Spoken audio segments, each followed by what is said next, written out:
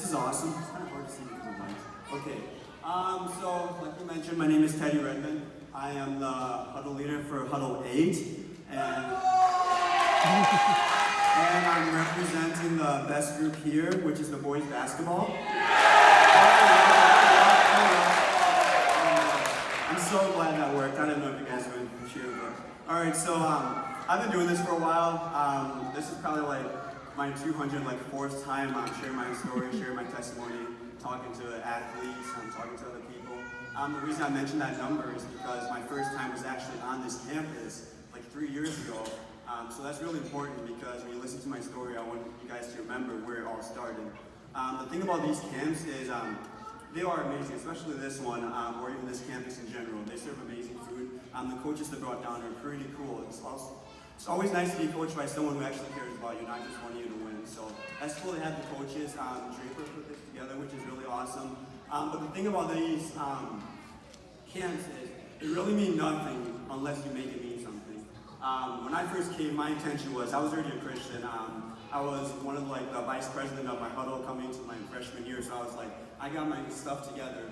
But until I made this camp change me and make this camp important to me is when I was able to start sharing my story, start being vulnerable. If you guys know Darren Anderson, he was my first huddle leader, and he's the one who taught me that being vulnerable is actually what makes to break that barrier between being a Christian and being someone who can share the gospel and evangelize like we were called to do in Matthew 28. So yeah, FC is where it started on this campus about 3 years ago. So keep that in mind as I get started. And before I get started with my past, let's pray quick, please. Father, we just thank you for today, God. We want to thank you for who you are, God, for being so gracious and merciful to us every day. We love the grace you pour down on us day after day, and especially at this camp. I want to lift up these campers that they just be attentive to what I'm about to say and be more attentive to the fact that it is your word. What I'm about to share to them, that they just be able to relate in a way. They might not be able to experience the things I've experienced, but they just be able to take your word and see the grace that you provided in my life and the love that you have for me. That can be shared with them, God. Let them see you. Let them see everything you're providing for them on this campus, Lord. We pray for all this in your name. Amen. All right, so I don't have much time.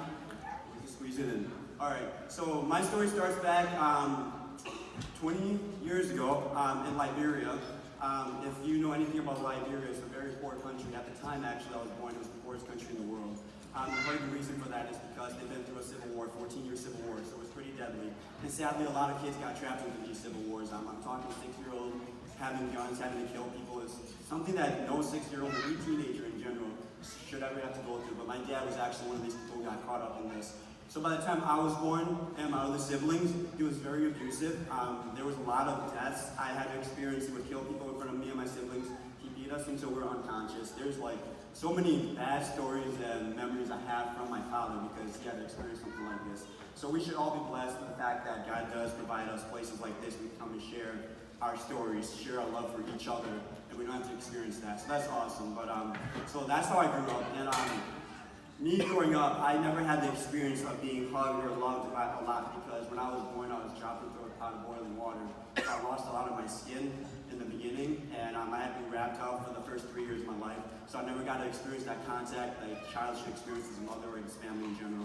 So growing up, I was very isolated. I didn't want that affection, that love, and being abused all the time. It made me isolate myself from everyone, except for my younger brother. My younger brother was my life back in Africa.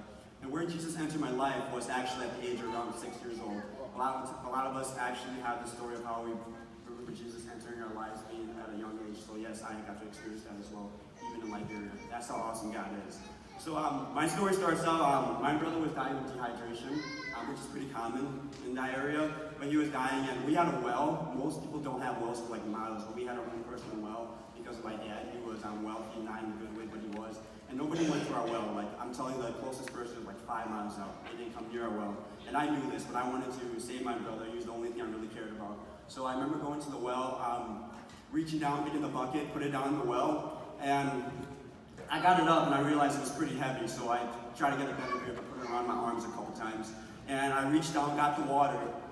The bucket went and got the water and realized it was pretty heavy. And obviously you guys are athletes, so you probably lifted or know about this. You know how like when you're lifting something heavy, you just give up and let it all go, just like you can't do it anymore? That's what I did, but forgetting that the rope was still tied around my hand. So I went falling down the well, And I remember just like standing up and the water was like neck deep, which is a blessing because I couldn't swim, so if it was any higher, I wouldn't be here.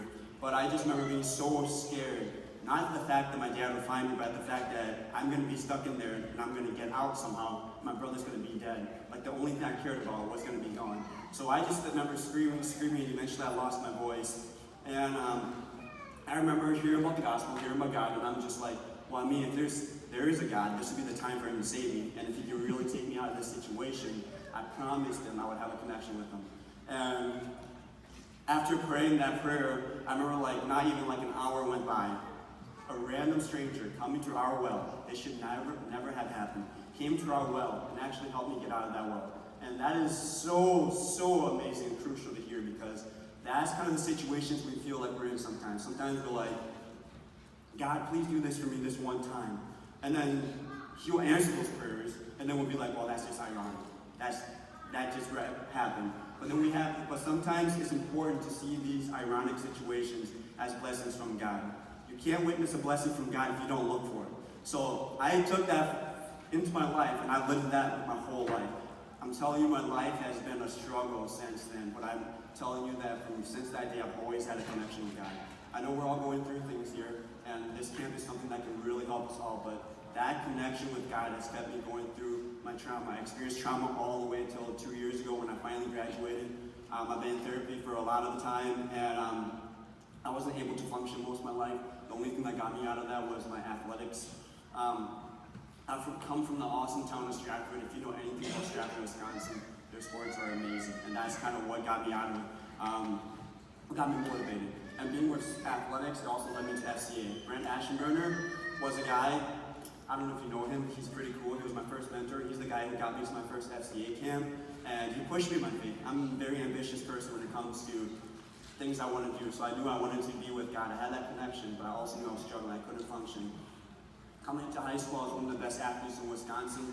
Everybody expected so much out of me, and coming into football season, top 10 in the state, but I had to miss my junior year of my football season because I couldn't function as a person. I needed to make sure I can get my stuff straight so I can look a person in the eye, have a conversation without thinking about all the ways they can hurt me.